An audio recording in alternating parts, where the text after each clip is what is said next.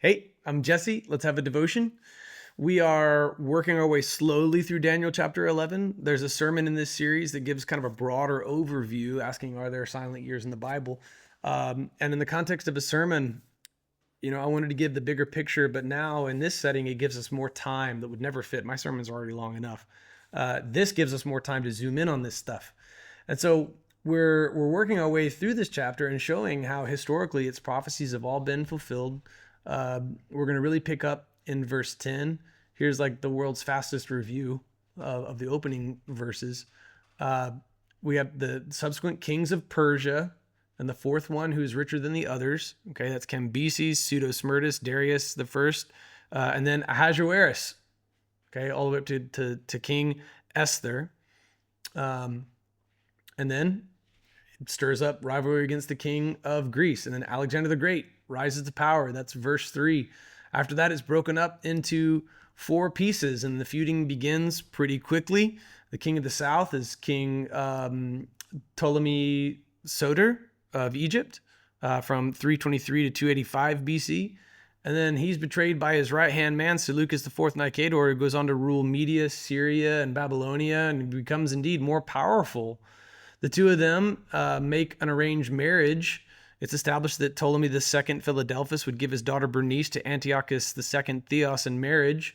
The two of them have a child, and things look great for a minute. But, indeed, she will not retain power because Antiochus II Theos was already married to a crazy woman named Laodice. And Laodice, or Laodicea, however you pronounce her name, goes on to kill Antiochus II Theos, kills Bernice, kills their child, kills the entourage, kills anybody who helped Bernice. Now, Bernice has a brother who is incredibly angry at this. In the place of the king of the south, one from her family, that's the daughter given in marriage, that's Bernice, will rise up, come against the army, and enter the fortress of the king of the north. He will take action against them in triumph. He will take even their gods captive to Egypt. All right, that is exactly what happened historically. That one from her family, that's Ptolemy III, Euergetes. Forgive me if I'm saying that wrong. He goes all the way to Antioch. That's the fortress of the king of the north in verse 7. And he kills Laodice. The king of the north at the time was Seleucus II. And just as verses 8 and 9 prophesied, indeed, Ptolemy III did seize valuable idols from the kingdom of the north and take them back to Egypt, took them back to Egypt with him. Now, that king has 2 sons. They are Seleucus III, Ceraunus, I don't know how I'm saying that one, Ceraunus, 226 to 223 BC, and another son, Antiochus III. That's 223 to 187 BC. Look at how close we're getting to the birth of Christ. We're already more than halfway through the intertestamental period, and we're only, 9 verses in, 10 verses in to this chapter? So here's where we start looking at the fulfilled prophecies in Daniel chapter 11, verses 10 through 12. His sons, okay, those are the 2 guys I just introduced, will mobilize for war and assemble a large number of armed forces. That's just one sentence, but even it is an incredibly improbable guess to come true by chance.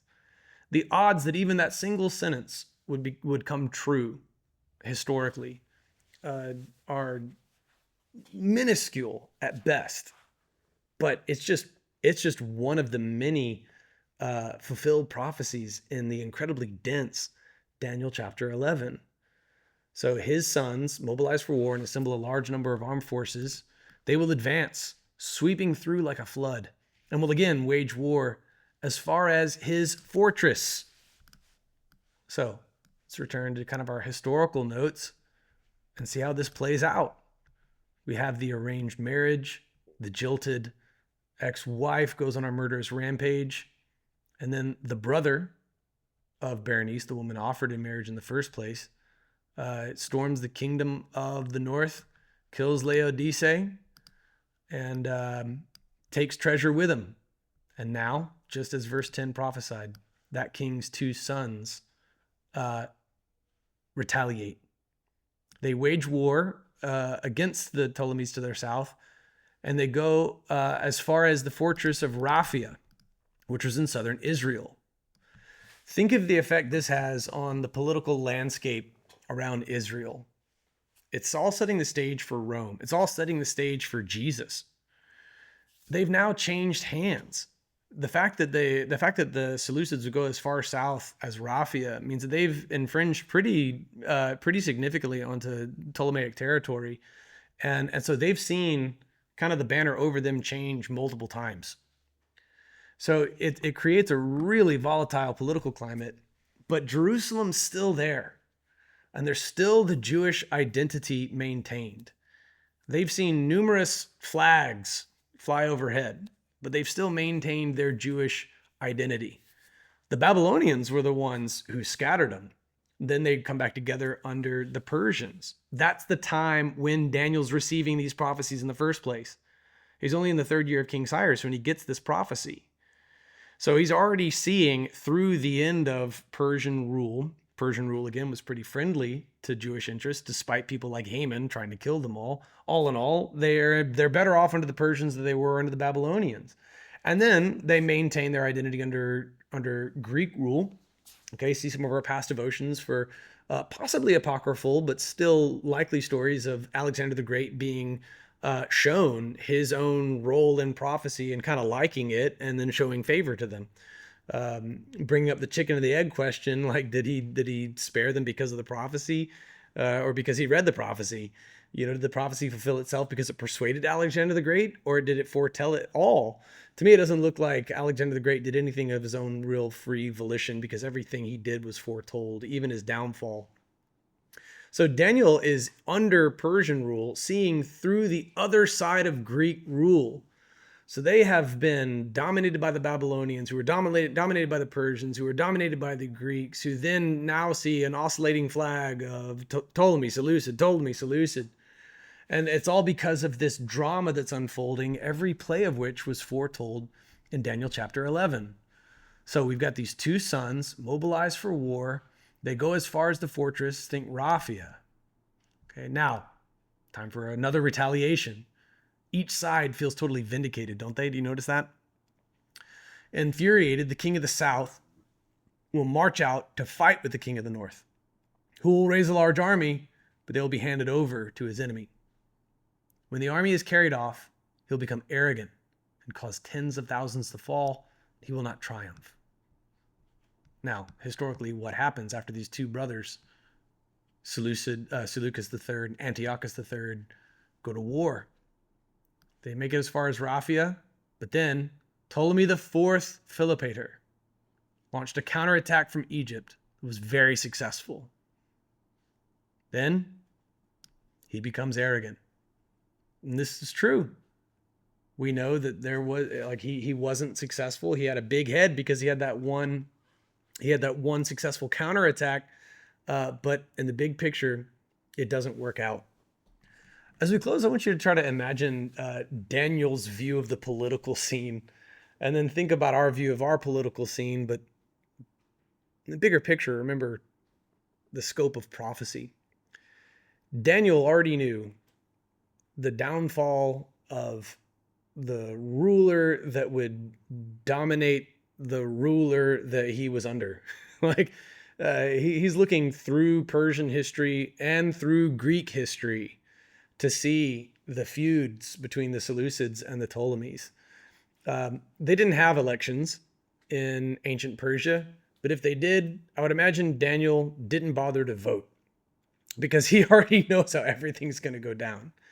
So Jesse, does that mean that we just shouldn't vote? I mean, we just had an election. We've got midterms in a couple of years. What are you saying? The difference is that you and I live in a constitutional republic, and we do have the right to vote. And so I think, especially as Christians who have knowledge of the truth, we have an obligation to vote, because those votes are a teeny tiny piece of history, but they're the means by which God orchestrates history. Everybody who acted in this unfolding drama acted in a way that he or she thought was perhaps personally beneficial, politically beneficial, motivated by vengeance.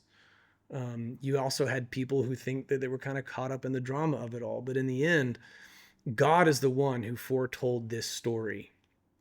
Daniel probably had a pretty diminished view of the political scene, having grown up having grown up as in royalty in Jerusalem. He was well aware of the schism with the northern kingdom of Israel and their downfall to the Assyrians hundreds of years prior. Then he's taken captive in Babylon.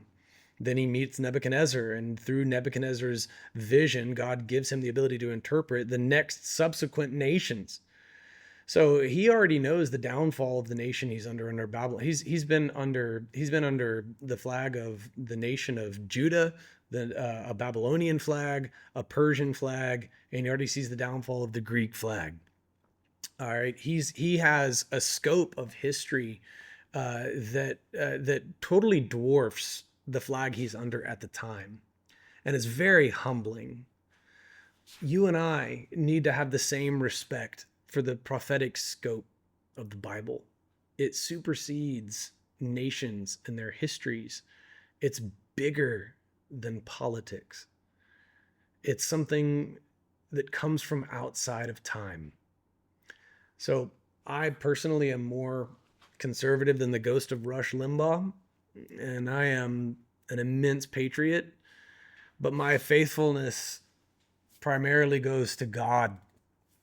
Right? My love for my country comes from its godliness in the first place. It comes from the fact that it's built on the argument that our rights come from God. It's built on a theological argument. It's never been a constitution like that one, and God has clearly done great things through our nation. But my loyalty primarily is to my God. Imagine Daniel's perspective of politics. And imagine Daniel's perspective as well on anything that would stress the normal person out. Daniel has been through the lion's den. Okay, it was like he came under threat of death with the invasion of Babylon, came under threat of death shortly after Nebuchadnezzar took power. If they couldn't interpret this dream, he and Hananiah, Azariah, and Mishael were all going to die. Shadrach, Meshach, and Abednego, and Daniel were all going to die. So he already has a threat of death. And then those three get put into a fiery furnace. And then Daniel gets put into a lion's den. And then the Persians invade the Babylonians. Like, I'll bet it took a lot to stress Daniel out because he had a prophetic scope. He had word from God as to what would transpire through every government until the final government on earth. So I'll bet it took a lot to stress Daniel out. And you and I are not, neither of us is Daniel, but we do have Daniel's book, and it's proven historically true. So perhaps we too can have the same peace of Daniel, because we view world history and even political events through a prophetic lens. God is sovereign. And even though people act in accordance with what they think is their own free will, even they are just dancing to the music that God wrote ahead of time. So in either scenario, even as people act in accordance with their own unction, they do so in accordance with the sovereign preordained will of God. The same thing happened in the creation of the nation of Israel itself. Right? Jacob thought that he was a trickster. Esau was kind of a sketchy dude. Isaac comes across like an idiot in the portraying of this blessing. And then, even Isaac's wife is conspiring with her sons. But none of that really matters in the end, because God is the one who is sovereignly orchestrating it. He sovereignly orchestrated that Jacob would be the progenitor of Israel and Esau would be the progenitor of Edom, and that God would favor Israel and he would despise Edom before the twins were even born. So no matter how Jacob played tricks, no matter how Esau traded his birthright, no matter how Isaac fell for the lame attempt to trick him even though he was blind, regardless of all the scheming that would involve. Jacob, by the way, would be tricked himself later on. God sovereignly worked through it. So politically, you and I today, like, no matter how we vote, in this constitutional republic, no matter how we act, whom we elect. We think we're acting in accordance with our own free will, but in fact, God is the one who's sovereignly orchestrating everything that transpires. That would include the Biden presidency. It's entirely possible God brought all that about to bring about a time of perhaps some return to sanity in the country. And what's remarkable is that it's all done under the leadership of a crazy guy like Trump. God's sovereign, man. God is just sovereign. Politics are dwarfed by prophecy because God sees through the ends of nations and writes the story ahead of time. I'll bet it took a lot to stress Daniel out. May you and I too have a very high tolerance for stress because we view history through a prophetic scope.